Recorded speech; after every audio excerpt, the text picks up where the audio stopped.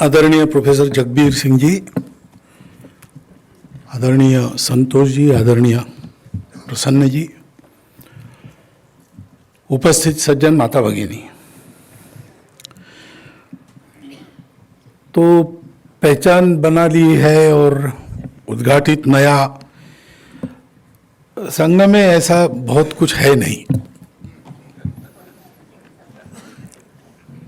वैसे अब संघ प्रसिद्ध है, इसलिए संघ के बारे में थोड़ा धूसर ऐसा चित्र सबके आंखों के सामने रहता है। सामान्य भाषा में ये हिंदूवादी लोग हैं ऐसा लोग कहते हैं, लेकिन थोड़ा बारीकी से इसको समझना सोचना आवश्यक इसलिए है कि ऐसा न करे तो ये समझ में नहीं आएगा, क्योंकि ये उल्टी चलने वाली धारा है।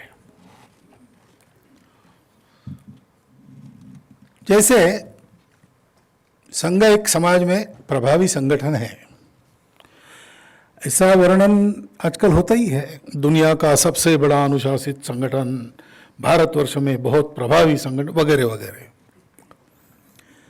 तो ये सुन के हमको दुख होता है, क्योंकि हमको समाज में एक अलग संगठन नहीं बनना है। ये पूरे समाज को संगठित करने के लिए चला हुआ काम है। एक जगह मुझे बुलाया, हमारी एक साहित्य संघ है विदर्भ में, तो उनके 75 वर्ष पूरे हुए, उनके भी। तो एक समारोह, उसमें विषय था सबके लिए 100 साल पूरे करने वाली संस्थाओं के सामने कौन सी चुनौतियां हैं।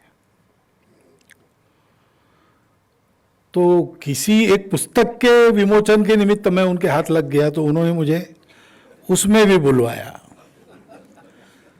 तो मैंने कहा कि भाई चुनौतियां वगैरह, संघ कोई ऐसी संस्था ही नहीं है जिसको कुछ प्राप्त करना है और मार्ग में चुनौतियां है।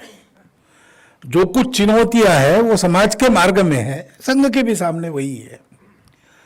तो चुनौतियां वगैरह ये सारी जो रूढ़ भाषा है उसमें संघ फिट नहीं बैठता, ये एक समझने की बात है।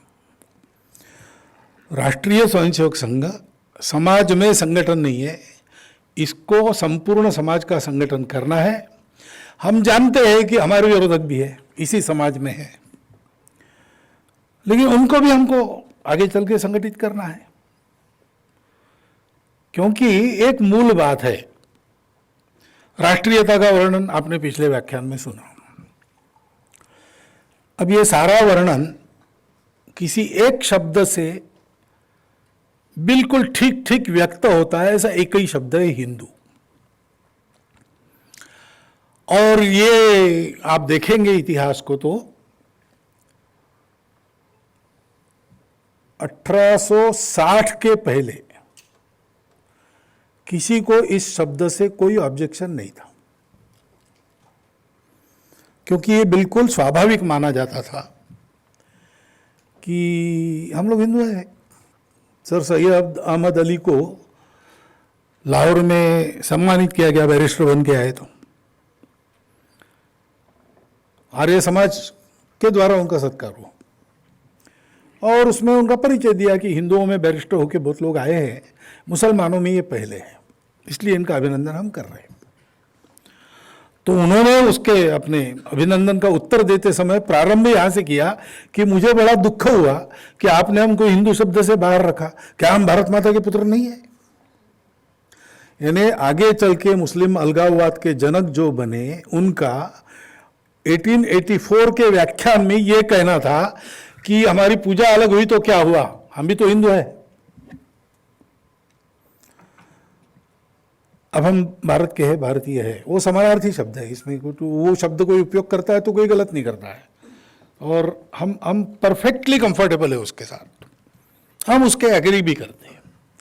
लेकिन ऐसे जो शब्द है, उन शब्दों के बारे में अंग्रेजों ने कुछ नहीं किया।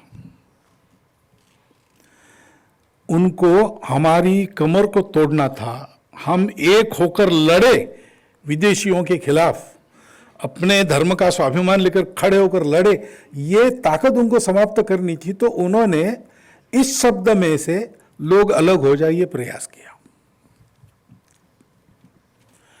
और 1925 का जो समय था वो बहुत निकट था उस समय के, जब ये हुआ, यानी 30 साल हुए होंगे जब ये सारे षड्यंत्र चले और लोगों के ध्यान में आने लगे।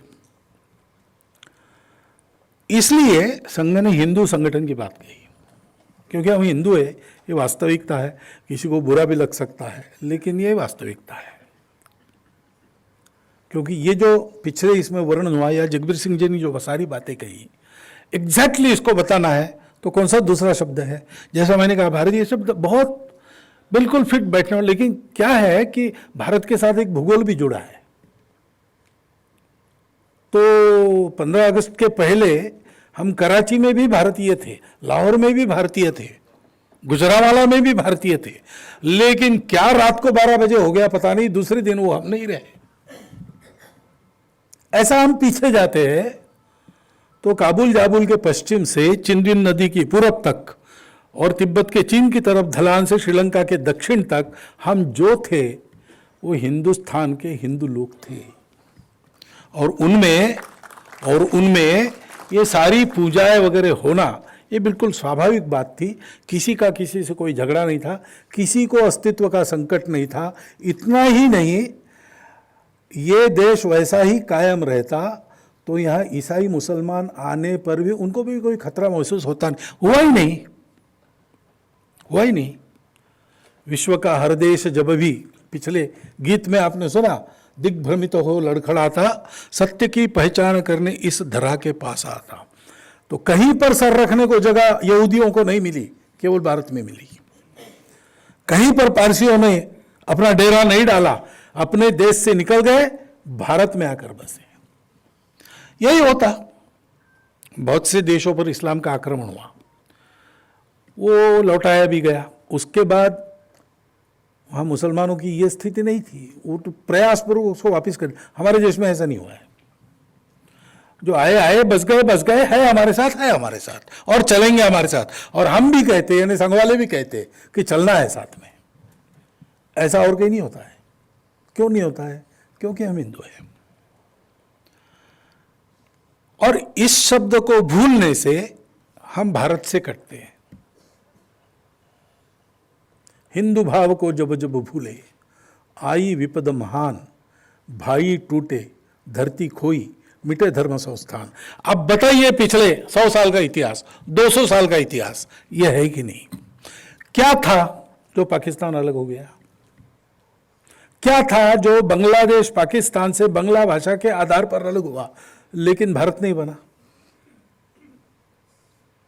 हिंदू भाव नहीं था, अथवा हिंदू भाव रखने वाले लोगों की जनसंख्या कम हो गई थी, और तो कोई कारण नहीं था। और क्या है जिसको लेकर आज अलगाववादी अपनी ताकत निकालते हैं उससे? वो यही है कि आप इस भाषा के हो या आप इस रिलीजन के मानने वाले, इसलिए आप अलग हो, अलग मांगो। हमको एक करने वाला वही शब्द है। और इसलिए डॉक्टर हेडगेवार ने ये हिंदू संगठन की बात के, उसको उन्होंने राष्ट्रीय कहा, क्योंकि वो हमारी राष्ट्रीयता का निर्देशक शब्द है। भारत में हिंदुओं का काम ये राष्ट्रीय काम है, वो किसी धर्म का काम नहीं है। हिंदुओं का काम यानी अमुक पूजा को करो, ये काम हिंदुओं का काम नहीं है। हिंदुओं का काम यानी इतना भव्य विरासत का मामला हमारे पास है, उसके लायक बनो। क्योंकि दूसरी बात आती है, वो भी समझने की बात है, क्योंकि राष्ट्रीय स्वयंसेवक संघ वो कम दिखता है, उसके स्वयंसेवक दिखते हैं। वो भारतीय जनता पार्टी में है।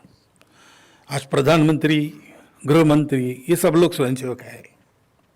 वो किसान संघ में आंदोलन करते हुए भी दिखते हैं, वो विद्यार्थी परिषद नाम का संगठन चलाते हुए भी दिखते हैं, वो सेवा करते हैं, बहुत सारी बातें वो करते हैं जिसमें आज वो अग्रणी है।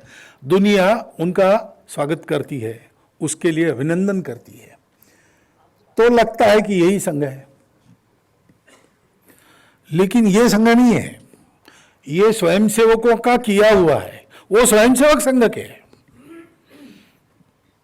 स्वयंसेवक क्या करते हैं वो संघ नहीं है। स्वयंसेवक क्या है, वो संघ है। ये एक समझने की बात है। संघ के निर्माता सब कामों में थे, वो राजनीति में थे, बहुत कुशल राजनीतिज्ञ थे। वो आंदोलन चलाने में एक्सपर्ट थे। कलकत्ता में नेशनल मेडिकल कॉलेज से डिग्री मिलेगी या नेशनल स्कूल से कुछ डिग्री मिलेगी तो वो रद्द मानी जाएगी, ऐसा ब्रिटिशों ने कानून निकाला। क्योंकि आंदोलन में जो रस्टिकेट हो जाते थे सब वहाँ से डिग्री लेके आ जाते थे, तो ये बंद हो, इसलिए ब्रिटिशों ने कानून लाया, यानी बिल आने वाला था। तो आना नहीं चाहिए, लेकिन किसको फुर्सत है ऐसा आंदोलन करने की। तो कलकत्ते में डॉक्टर हेडगेवार डॉक्टरी पढ़ रहे थे।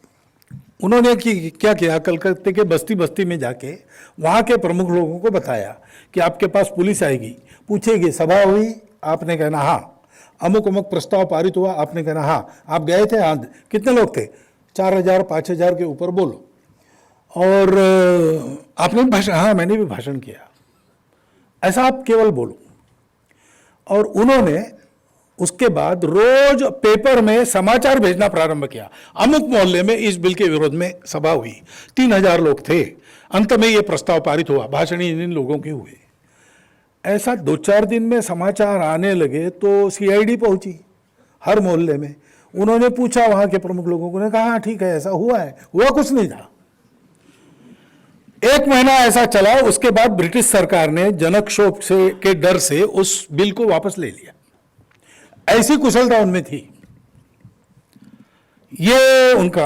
और फिर वो क्रांतिकारक भी थे, अनुशीलन समिति के कोर कमेटी के मेंबर थे, कोकेन उनका कोड नेम था। उन्होंने गोरक्षा के लिए काम किया, उन्होंने समाज सुधार में महिलाओं की स्थिति के लिए काम किया, अल्पवयीन बालिका के विवाह, प्रौढ़ लोग, इसमें उन्होंने रोका। प्रसिद्ध एक संपादक थे माड़खोलकर जी, उन्होंने अपने चरित्र में कहा मेरा प्रेम प्रसंग हुआ, वो सारी दुनिया मेरे खिलाफ खड़ी हुई, अकेले डॉक्टर हेडगेवार ने मुझे समर्थन किया, वो उसी से मेरा विवाह हो गया। बाबा आमटे हमारे सब जानते हैं उनको, उन्होंने कहा कि मैं क्रांतिकारी विचारों का था, मैंने एक पिस्तौल लाया, कुछ करना था मुझे, तो सब लोगों ने मुझे बोल बोल के ना उम्मीद कर दिया। अकेले डॉक्टर हेडगेवार आए मेरे पास, उन्होंने कहा कि तुम्हारा विचार बहुत अच्छा है, तुम्हारी प्रखरता बहुत स्वागत आ रहे हैं, लेकिन ये थोड़ा जल्दी हो जाएगा और साहस, तो ये सोच समझ के करो। उन्होंने मुझे ये नहीं किया। ऐसे वो थे, वृत्तपत्र के संपादक थे, वृत्तपत्र के मैनेजर भी थे, कोऑपरेटिव बैंक चलाई, कोऑपरेटिव स्टोर चलाया, गणेश उत्सव में, दुर्गोत्सव में भाषण करते थे, समाज सुधार की बातें, स्वतंत्रता की बातें, स्वतंत्रता संग्राम में 2-2 बार कारावास भुगता, ये सब उन्होंने किया है। लेकिन ये बात जब उनके समझ में आई कि मूलभूत कुछ त्रुटियां हमारे समाज की जो घुस गई है, उसको ठीक किए बिना ये जो लगातार सिलसिला चल रहा है, कोई बाहर से आता हमको जीतकर कुछ बन जाता है और फिर हम खड़े हो जाते, वो जाने के बाद सो जाते, फिर से दूसरा आता है, ये बंद करना है तो पूरे समाज को तैयार करना होगा। सबके मन में ऐसा है लेकिन फुर्सत किसी को नहीं है, तो मैं ये काम करता हूं। तो ये सारे आंदोलन वगैरह छोड़कर उन्होंने संघ का प्रारंभ किया। तो संघ ये सब करने के लिए नहीं है, ये सब करने वालों को तैयार करने के लिए है। ये एक समझने की बात है।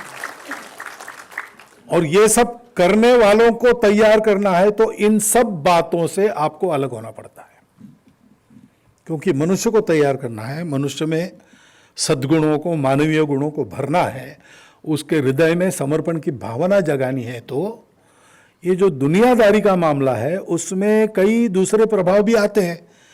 कुछ काम करते हैं तो नाम होता है, नाम होता है तो फोटो निकलता है, फोटो निकलता है तो देखते रहें ऐसा लगता है, फिर फोटो निकले यही देखते हैं, बाकी कुछ नहीं देखते।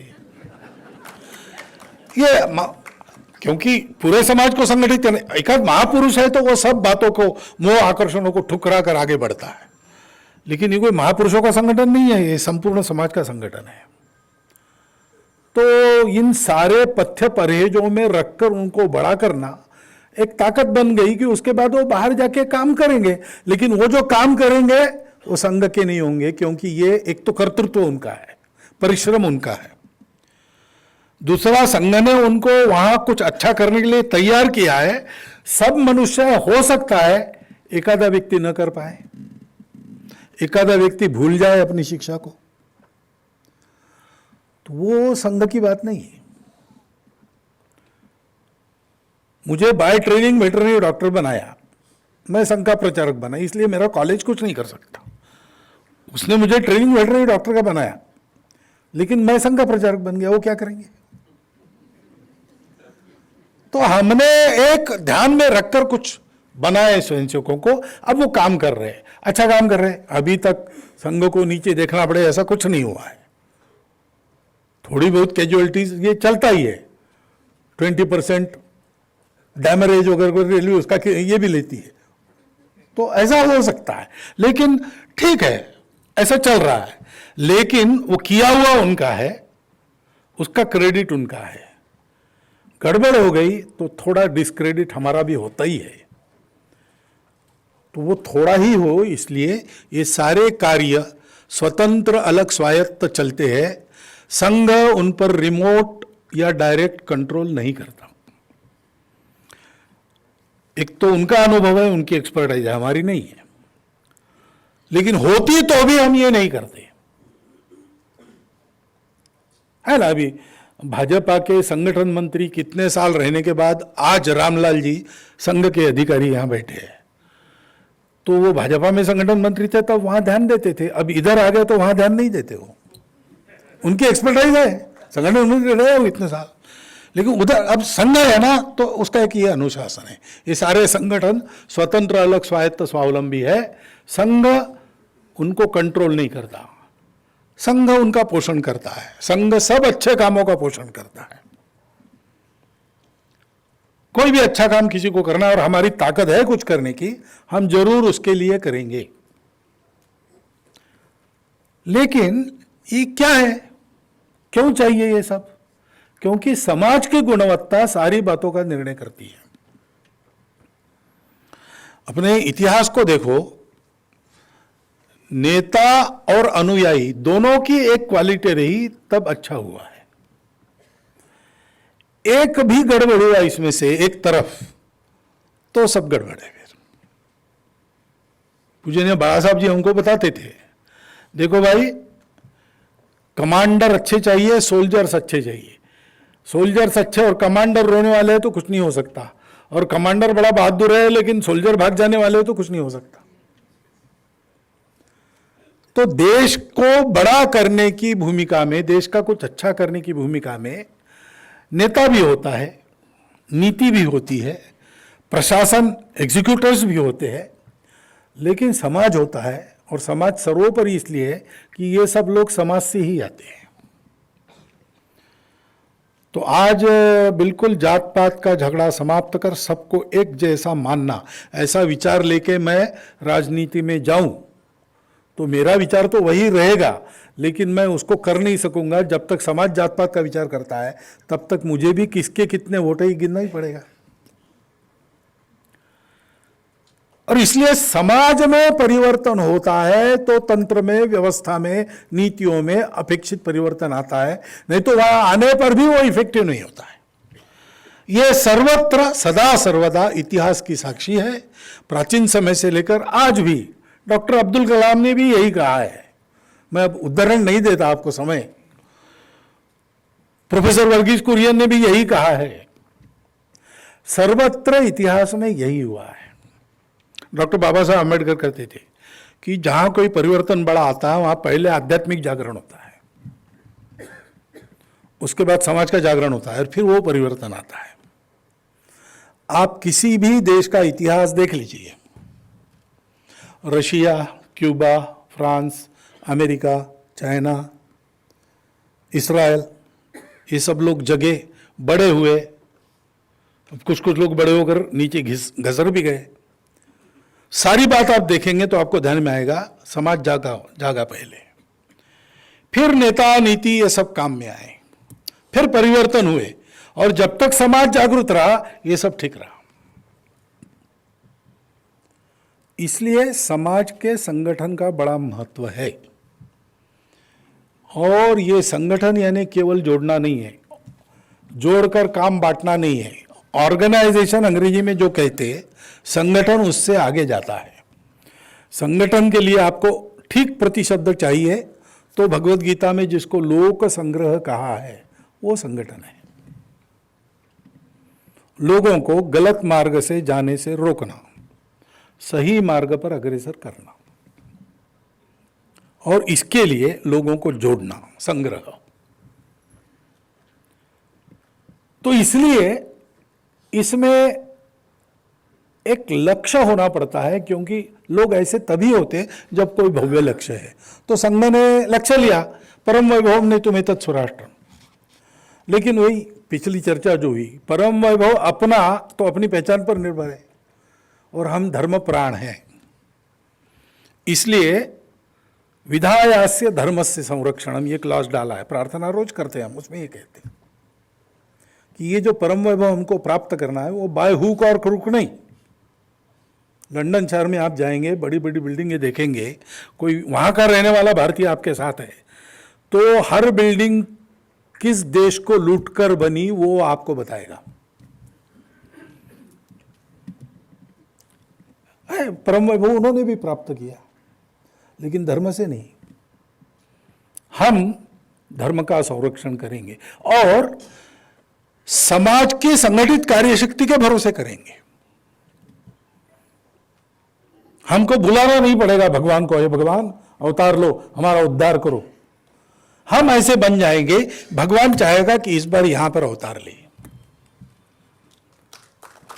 और इसलिए हम कहते हैं विजयत्री चन संवता कार्य शक्ति ही, संवत कार्य शक्ति, वो विजयशाली जो, उसको पराजय पता नहीं होता, क्योंकि होता ही नहीं उसका पराजय। सारा समाज खड़ा होता है तो कौन आड़ा आएगा। विजयत्री चन संवता कार्य शक्ति वेदायास्य धर्मस्य संरक्षणम परम वैभवम नेतुमेतत् स्वराष्ट्रम समर्था भवतु, योग्य बनेंगे। ये संज्ञा है, योग्य बनने का काम संज्ञा का।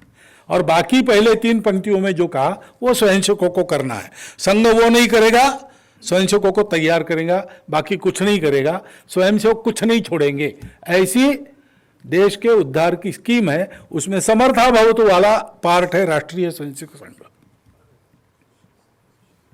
और ये कैसे होता है, तो ये भव्य लक्ष्य सामने है, उसको प्राप्त करना है। ये उत्कटता मन में आती है, मन में आती है तो आदमी अपने आप को तैयार करता है। एक अनुशासन, उसको पता चलता है करना है तो क्या क्या करना है, वो अपने आप उसको स्वीकार करता है। मेरे से आयु में बड़े, अनुभव में बड़े, कर्तृत्व में बड़े संघ में बहुत लोग हैं।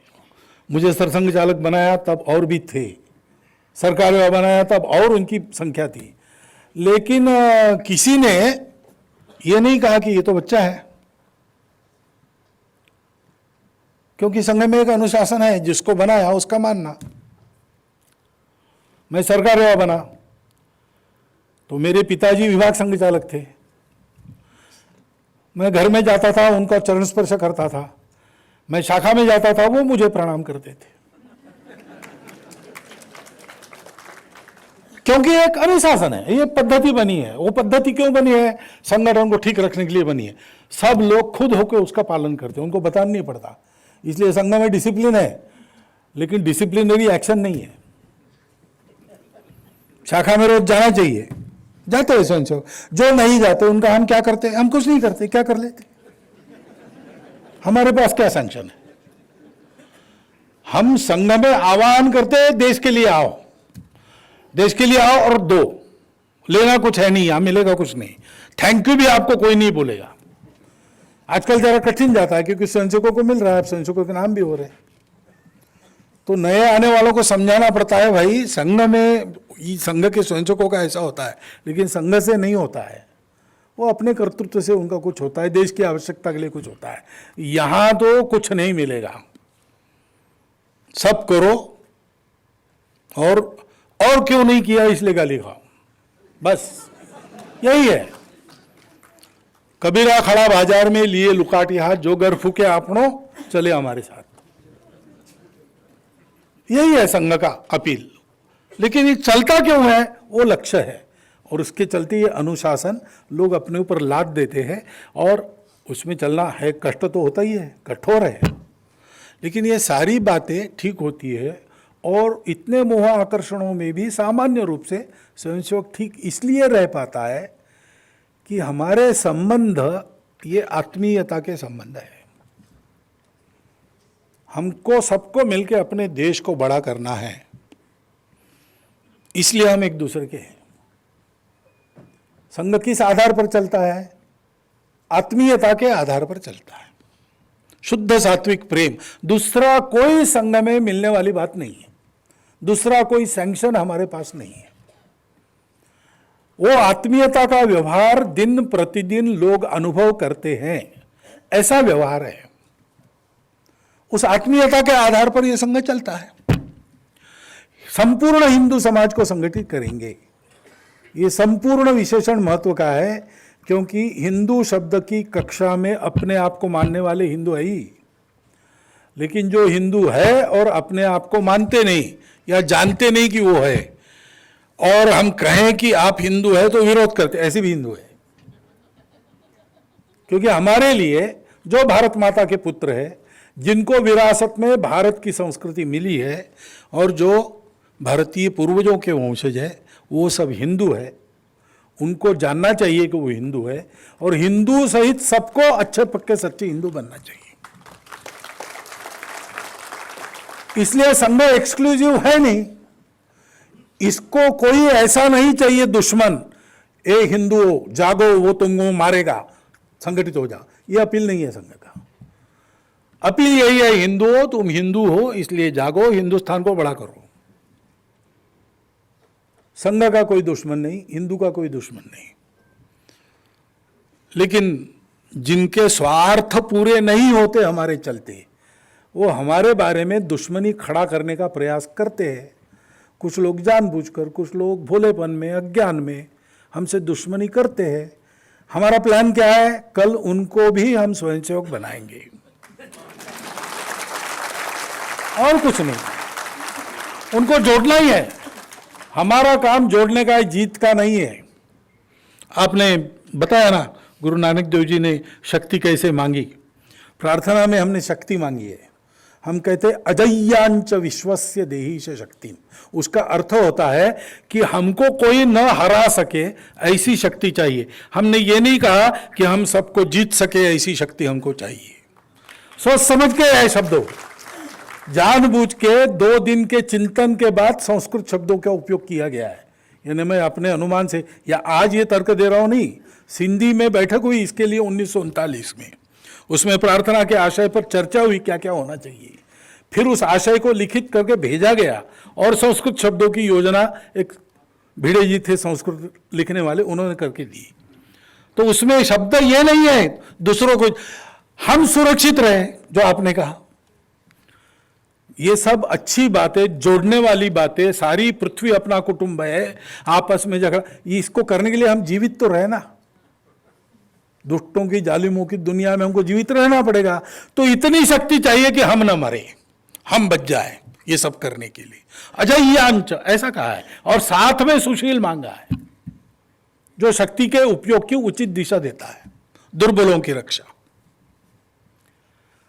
तो ऐसा यह संघ का संगठन चलता है, और बड़ा सिंपल है, यह अनौपचारिक है। जैसा मैंने कहा, सबकी जो पद्धति है वैसी हमारी नहीं है। संघ शुरू हुआ उस दिन उद्देश्य पक्का था। वो कार्यक्रम हो गया 5:30 बजे सुबह डॉक्टर साहब के घर में। 25-30 कितने लोग इकट्ठा है पता नहीं, मतभेद है आंकड़ों में। तो कहा उन्होंने, आज से ये संघ शुरू हो रहा है। मैंने संघ शुरू किया ऐसा नहीं, हम शुरू करने जा रहे हैं ऐसा नहीं कहा, ये भगवान का काम है, ये यशस्वी होना है, वो शुरू हो रहा है, ऐसा उन्होंने कहा। बाद में लोगों ने पूछा अब करना क्या है, तो बोले अब तय किसने किया? बैठो और शुरू तय करो। उस संघ का नाम भी उस समय तय नहीं था, वो बाद में आया, नाम की जरूरत पड़ने लगी, क्योंकि संघ शब्द बहुतों के नाम में आता है। नाम बाद में तय हो गया, फिर उसके अधिकारी बाद में तय हो गए। संघ के सरसंघ चालक अधिकृत रीति से कब बने? 29 में। संघ शुरू हुआ 25 में। डॉक्टर हेडगेवार प्रमुख तो थी, संस्थापक ही वही, लेकिन उनको सरसंघ चालक कहा गया 1929 के नवंबर में। नाम बाद में तय हुआ, कोई संविधान नहीं था, एक पद्धति बनते चले गई, बाद में उसको लिखित किया 1950 में हमने। तो जैसे एक मनुष्य की सहज स्वाभाविक उत्पत्ति होती है, फिर उसका नाम बनता है, फिर उसके गुणवर्धन होते हैं, फिर वो जो अच्छा करता है बुरा करता है लोगों के सामने आता है, फिर वो अपने आप को बनाता है, अपने घर को संवारता है, ये सब करता है। वैसे धीरे धीरे संघ बहुत स्वाभाविक प्रक्रिया में से बना है। ये संगठन है, यानी कोई ऐसी सिस्टम आर्टिफिशियल कोई ऐसा कुछ नहीं है। जो हम सब है उसी को हम कहते हैं कि याद करो तो हम बन जाएंगे, एक दूसरे से जुड़ जाएंगे। हम है क्या है उसको हम भूल गए, इसलिए हम एक दूसरे से झगड़ा कर रहे हैं। हम सब है, जो कुछ हम अपने आप को मानते हैं वो हम सब है, क्योंकि हम जो है वो इन सबको स्वीकार करना बताता है। मैं अमुक जाति का हूं, हमारा जो है वजूद वो कहता है बिल्कुल ठीक बात है, तुम उस जाति के हो। मैं अमुक अमुक पूजा करता हूं, हाँ ठीक है, वो भारत की नहीं है, हाँ ठीक है, भाषा ठीक है, लेकिन ये सब होने के बाद भी इसके ऊपर तुम ये हो, वो हम है, उसकी याद हिंदू शब्द से संग देता है और सबको अच्छा बनाता है।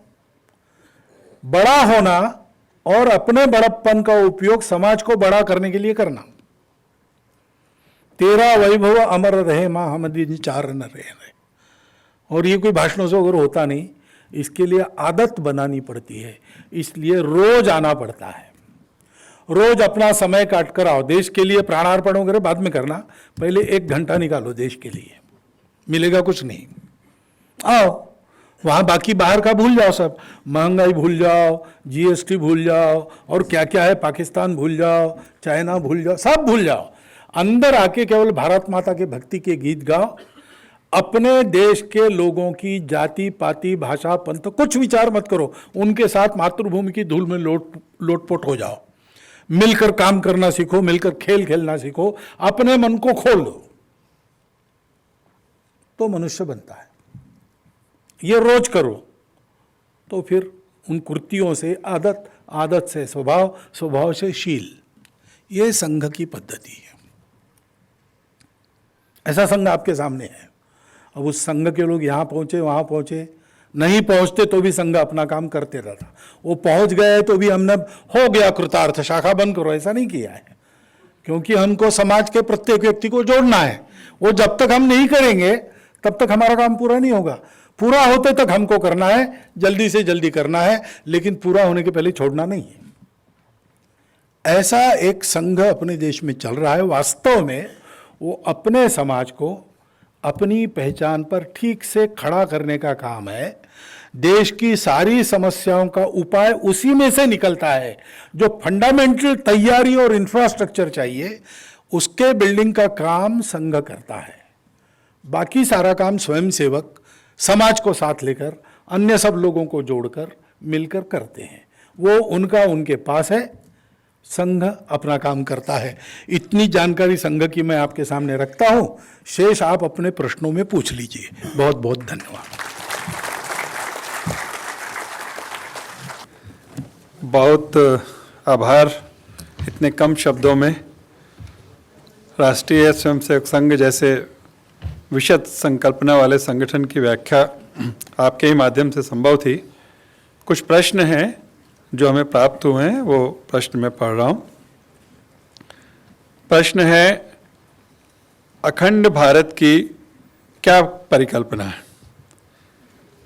वर्तमान स्थिति में इसका अर्थ क्या है तथा क्या यह संभव है? यह प्रश्न MC गुप्ता जो 1960 बैच के IAS हैं उनकी तरफ से भी है, और श्री संतोष पाठक जो यहाँ पर होंगे, पाठक जी, इनकी तरफ से। अखंड भारत है। अखंड भारत एक भावना है और एक परंपरा है और एक संस्कृति है। वो सब आज भी अखंड भारत कहने के बाद आपके सामने जो जो भूभाग आता है उसमें है। अभी कल ही मैं इमाम साहब के यहाँ गया था, तो उन्होंने कहा कि ये जो पैगंबर साहब का जन्मदिन मनाते हैं, क्या कहते हैं उसको, हाँ उन नबी, मिलाद उन नबी, तो वो प्रथा अखंड भारत के बाहर नहीं है। इस अखंड भारत में एक परंपरा रही है, जयंतियां, पुण्यतिथियां, तो उसका ये परिणाम है। शाहिद सिद्दीकी साहब है, वृत्तपत्र वगैरह चलाते, वो राज्यसभा के मेंबर थे, शायद उस समय समाजवादी पार्टी के मेंबर रहे होंगे। तो उन्होंने मुझे पत्र ये पूछा था कि हम तो भारत के मुसलमान तो हिंदू ही है, क्योंकि वो भजन वजन गए वो तो नहीं हमारे यहाँ, लेकिन कव्वाली चलती है, और मूर्ति पूजा तो बिल्कुल निषिद्ध है, लेकिन कब्र मजार हमारे पास भी है, ये केवल भारत में चलता है। फिर वो आवाज़ थोड़ा छोटा करके, मैं अखंड भारत की बात कर रहा हूँ, बर्मा से अफगानिस्तान तक, आज के भारत की नहीं कर रहा हूँ, ऐसा उन्होंने मुझे बताया। और कहीं ये बात अगर समझ में आ जाए तो सारे झगड़े समाप्त होंगे। उसके लिए सच्चर कमेटी चाहिए एजुकेशन के लिए, आप लोग विरोध क्यों करते हैं? मैंने कहा बस कि जो बात हमको समझा रहे हैं, हमको 1925 से पता है, आप समझाइए, थोड़ा वातावरण इसके लिए कीजिए, तो हम अपना विरोध भी चलेंगे। क्योंकि बात यह है कि ये हमने कुछ इधर उधर की बातें दिमाग में लाके आपस में, और ये रंजिश पैदा करके, और ये कर लिया हमने, उससे कोई सुखी तो कोई नहीं है। उस समय भी सब लोग कहते थे मातृभूमि का विभाजन कैसे होता है, ये नहीं हो सकता। एक समाज का विभाजन कैसे हो सकता है, ये नहीं हो सकता।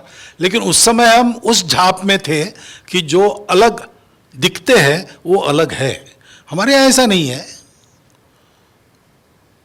एक होने के लिए एक सा होने की जरूरत नहीं है, हमारी मान्यता है, लेकिन हमने उसको नहीं माना।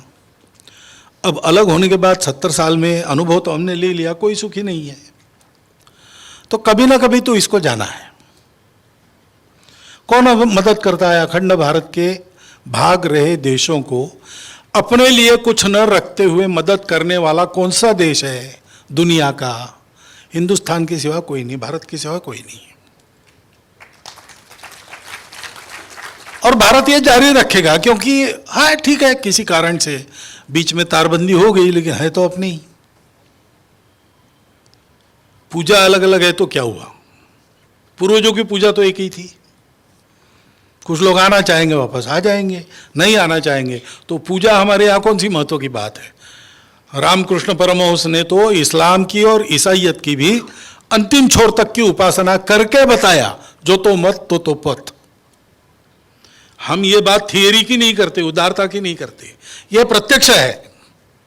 सब लोग वहीं पहुंचेंगे, ये प्रत्यक्ष है, हमारे संतों ने देख लिया है करके, और आज भी ऐसा बता सकने वाले संत हमारे पास हैं। तो वो कौन सी बड़ी बाधा है। लेकिन एक न एक दिन ये वापस होगा, क्योंकि ये कृत्रिम है, अहितकारी है, और ये सबको पता चल रहा। बस अब स्वरूप क्या रहेगा, कुछ भी रह सकता है। सार्क जब स्थापन हुआ तो उस समय हमारे सरसंघ चालक बाला साहब देवरस थे, उन्होंने उसका विजयादशमी के भाषण में स्वागत किया था और कहा था कि हमारे लिए तो ये अखंड भारत की कल्पना के तरफ बढ़ाया हुआ कदम है। हो सकता है राज्य अलग अलग हो, लेकिन सहयोग आपस का होना चाहिए।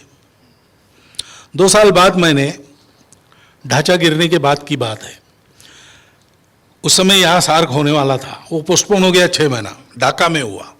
और ढाका में वहाँ की वजीर आलम उस समय जो थी, वो अध्यक्ष थी, वो उतरने वाली थी, प्रेमदास अलंका के बैठने वाले थे। तो अब वो संघ पर बैन था, इसलिए मैं फुर्सत में था, तो मैं एक दिन के लिए घर में था। मैं फुर्सत में था, लेकिन घर के लोग काम में थे, वो दोपहर अपने अपने काम में चले गए। अकेला बैठा तो टीवी लगाया, और टीवी पर वो ओथ सेरेमनी उनका वो जो चलता है वो चल रहा था और प्रेमदासा का भाषण शुरू हुआ था। उसमें उन्होंने कहा, उस समय का फुटेज निकाल कर देख सकते हैं आप, देखो मुझे स्मरण है बिल्कुल। उन्होंने कहा कि देखो हम सब लोगों को एक रहना चाहिए। ये जो हुआ अयोध्या में कुछ हुआ इसलिए हमको ये 6 महीना पोस्टपोन करना पड़ा, जगह बदल गई, ये ठीक नहीं है। ऐसी छोटी मोटी का बातों का असर हमारे इस मिलन पर नहीं होना चाहिए, क्योंकि बड़े बड़े देश छोटे देशों को आजकल निगलते हैं। हम सब लोगों को साथ रहना पड़ेगा और हमारे लिए बिल्कुल स्वाभाविक बात है, क्योंकि आज हम दुनिया के नक्शे पर अलग अलग देश दिखाई देते हैं, लेकिन है तो एक ही मुख्य भारत भूमि के अंग। ये उन्होंने कहा, शब्द है उनके, we were parts and parcel of the same Indian mainland, ऐसा उन्होंने कहा। अब ये सत्य है और ये कभी कभी निकल जाता है, और सत्य को मान के हम उस ओर बढ़ेंगे। हो सकता है रचना होगी कि ये सब अलग देश ऐसे ही है, लेकिन जैसा किसी ने आज ही सुना, मैंने प्राइवेट में कहा कि भाई सीमा नहीं रहेगी। कुछ दिन पहले नेपाल में ऐसे था ना, साइकिल लेके हम बिहार से नेपाल में चले जाते थे, वापस आ जाते थे, और एक चलन रहेगा या वो भी नहीं रहेगा, लेकिन हमारे संबंध मैत्रीपूर्ण रहेंगे। कोई एक हमारा अलायंस बनेगा कि किसी पर आक्रमण हुआ तो सबकी सेनाएं वहां दौड़ेगी, कुछ भी हो सकता है। लेकिन ये जो नफरत और दुश्मनी है, उससे बाहर आकर हम अपने एकता का रियलाइजेशन मन में रखकर हम और निकट आने का प्रयास करने की दिशा में जाएंगे। ये संभव है, संभव से भी ज़्यादा ये आवश्यक है हम सब लोगों के सुख और सुरक्षा के लिए। इसलिए होगा क्योंकि ये सत्य है। विभाजित भारत हम देख रहे बुरा सपना वो है, क्योंकि हम सोए हैं। जिस दिन सब लोग जागेंगे ना, ये सपना जितने जल्दी टूटता है उतने जल्दी टूट जाएगा और हम सत्य में आएंगे। जिस दिन ये होगा, अखंड भारत होना ही है।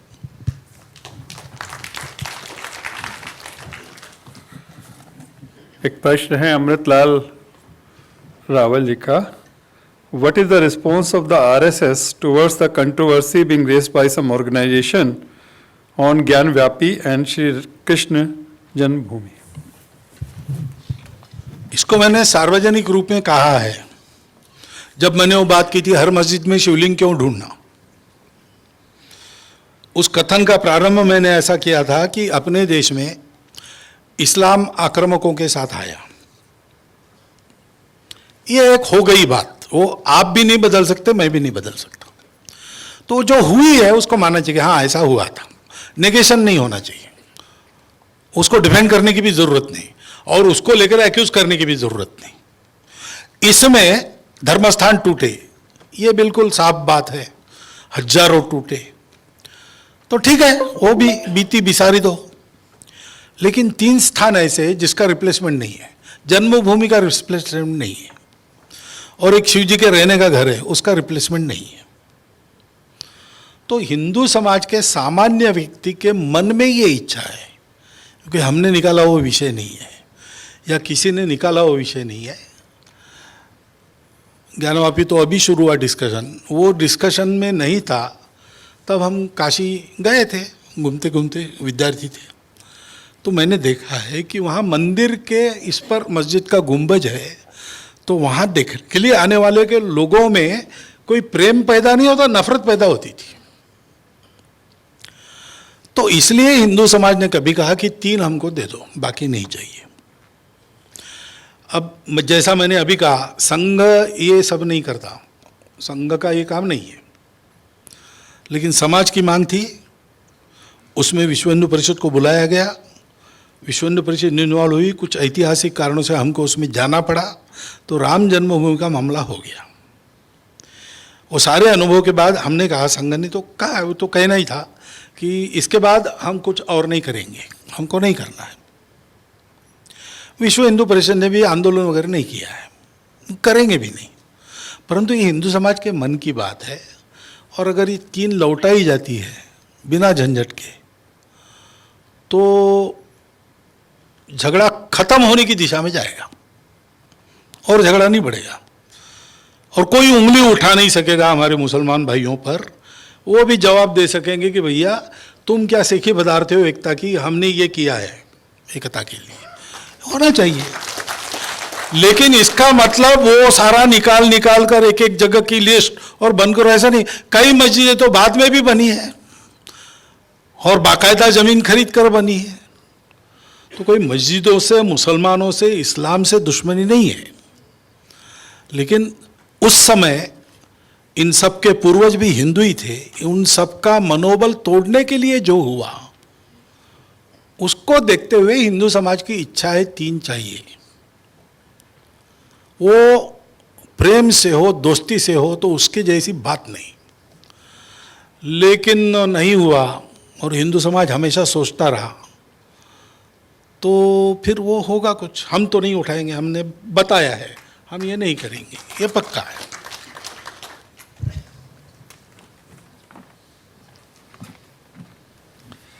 समय की मर्यादा को देखते हुए अंतिम प्रश्न। राष्ट्रीय स्वयंसेवक संघ आम मानवों में आपसी भाईचारा, प्रेम, सौहार्द बढ़ाकर संगठित होने का मूल मंत्र लेकर माँ भारती की सभी संतानों को लक्ष्य प्रेरित जीवन जीने के लिए प्रतिबद्ध करता है। आगामी शस्त्र पूजन के अवसर पर दशहरे के उपलक्ष्य में एक महिला को मुख्य अतिथि रूप में बुलाने का उसने उत्कृष्ट नवाचार भी किया है। दहेज प्रथा जैसी दशकों से चली आ रही कुरीतियों के दमन के लिए तथा इस प्रकार के अन्य प्रयासों के लिए संघ का क्या मत है?